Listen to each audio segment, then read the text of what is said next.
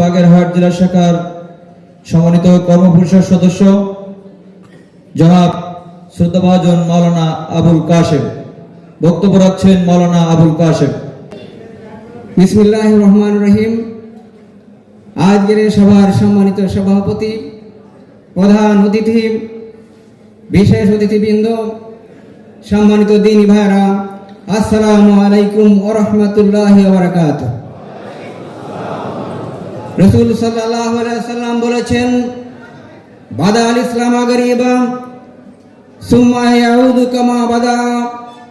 রাসূল সাল্লাল্লাহু আলাইহি ওয়াসাল্লাম বলেছেন, গরিবদের মধ্য দিয়েই ইসলাম শুরু হয়েছে এবং পুনরায় গরিবদের মাঝেই ইসলাম ফিরে আসবে। অর্থাৎ রাসূলুল্লাহ সাল্লাল্লাহু আলাইহি ওয়াসাল্লাম যে বিপ্লব এনেছিলেন, সে বিপ্লব গরিব খেটে খাওয়া শ্রমিক মানুষের মাধ্যমেই শুরু হয়েছিল।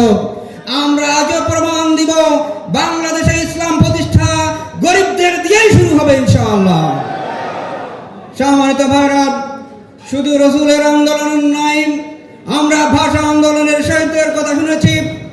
8 জন শহীদ হয়েছিল ভাষা আন্দোলন করতে যে, তার মধ্যে রহমত এবং বরকত ব্যতীত যে 6 জন ছিল, সে 6 জন ছিল শ্রমিক পেশার মানুষ। সুতরাং ভাষা আন্দোলন হয়েছিল শ্রমিকদের মাধ্যমে। 71 যে স্বাধীনতা হয়েছিল, সে স্বাধীনতা আন্দোলনের যে যারা মুক্তিযোদ্ধা ছিল, আমার বাড়ির আশেপাশে যে মুক্তিযোদ্ধারা ছিল, আমি তাদেরকে দেখেছি, তাদের অধিকাংশই ছিল খেটে খাওয়া শ্রমজীবী মানুষ। গত 5 তারিখ ছাত্র এবং জনতার মাধ্যমে যে আন্দোলন হয়েছে, কাদের মাধ্যমে আন্দোলন হয়েছে? ছাত্র এবং জনতা। আমি ছাত্রদেরকে বাদ দিলাম, আর কি থাকলো বলেন তো? জনতা। এই জনতা 2টা ভাগ। একটা ভাগ হচ্ছে যে মালিক পক্ষ, আর একটা শ্রমিক পক্ষ।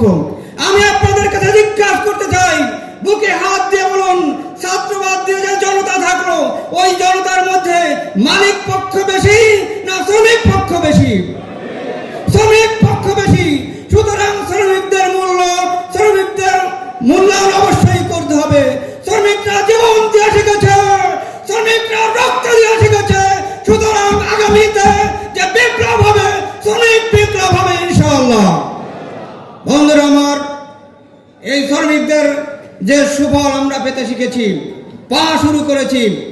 গত কয়েকদিন আগে আপনারা জানেন, বাস স্ট্যান্ডে শ্রমিকদের, আমাদের বন্ধুদের 2 দলের একটা দাওয়া পাল্টা দেওয়া হয়েছে। ওখানে এসপি সাহেব গেছিলেন। এসপি সাহেব বললেন, তোমরা গ্যাঞ্জাম করছো কেন, মারামারি করছো কেন, তোমরা এদিকে আসো। 2 দলের লোক আসলে বললে, তোমরা মারামারি করছো কেন? এরা বলে কি যে আমাদের কমিটিরা মানে না। ওরা বলে কি যে আমাদের কমিটিরা মানে না। এসপি সাহেব বললেন যে তোমরা মিলে একটা কমিটি করো। ওখানে আমাদের শ্রমিক পরিবহন সেক্টরের নেতারা ছিলেন। বললেন, স্যার আমরাও তো আছি। বললেন, তোমরা কারা? তা বললো, আমরা শ্রমিক কল্যাণের লোক। তা সে কি জিনিস? ওনা বললেন যে আমরা শ্রমিকদের কল্যাণে কাজ করে থাকি, তোমাদেরকেও ডাকা হবে। আমি ফকিরহাট থেকে আসছি, মাদার মোড়ে এসে একটু চা খাচ্ছি। শ্রমিক নেতারা, পরিবহন সেক্টরের নেতারা যে বলছে, কাশেম ভাই, শ্রমিক কল্যাণ কি জিনিস এসপি সাহেব জানতে চেয়েছে। আমি মূলের সাথে পরামর্শ করলাম। 18 ঘন্টার ব্যবধানে পরের দিন আসরের সময়, 18 ঘন্টার ব্যবধানে আসরের বাদে আমরা মিছিল করলাম।